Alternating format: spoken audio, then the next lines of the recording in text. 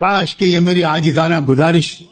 تبلیغ کی محنت میں لگے ہوئے تمام اصاغر و اکابر تک پہنچے کہ اللہ کے بندو یہ شورا اور مرکز والا جھگڑا ختم کرو، اپنے اپنے کام میں لگو، امت کفر کے نرغے میں ہے اور ہم اس میں لگے ہوئے ہیں کہ شورا کی ترتیب صحیح ہے کہ فلاں ترتیب صحیح ہے۔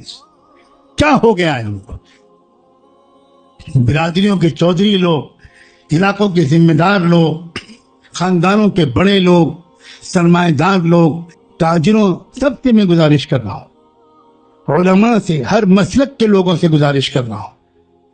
یہ مسلکی اختلافات کا دور نہیں ہے۔ نوجوانوں سے گزارش کر رہا ہوں،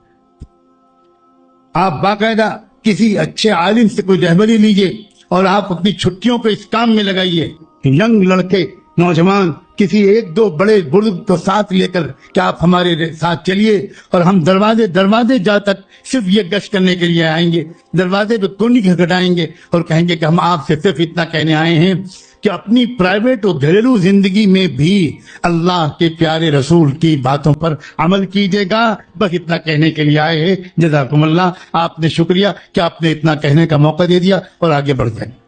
دیوانوں کی طرح یہ آواز اگر ملک میں لگ جائے تو انشاءاللہ اس وقت کے ابلیس کو پچھتانا ہی پڑے گا۔ آپ حضرت مولانا الیاس فرمایا کرتے تھے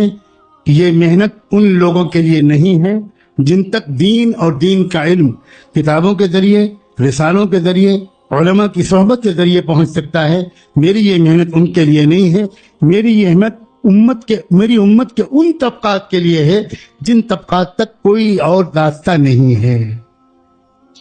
اور یہ جتنی 3 طلاق جیسی بےہودہ حرکتیں ہو رہی ہیں یہ زیادہ تر امت کے اسی طبقے کی طرف سے۔ لیکن آج حالت یہ ہے کہ ہم آرام پسند لوگ، ہم عافیت پسند لوگ، ہم سہولت پسند لوگ، ہم بالکل عیار و مکار لوگ، ہم جماعت میں نکلتے بھی ہیں تو وہ بستی اور محلہ چننا چاہتے ہیں جس میں مسجد میں ایئر کنڈیشن لگا۔ یہ محنت ان لوگوں کے لیے نہیں ہے، ان تک تو اور طرح سے دین پہنچ جائے گا۔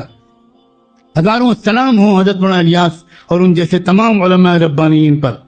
کہ جنہوں نے یہ محنت شروع کی تھی ان کے لیے،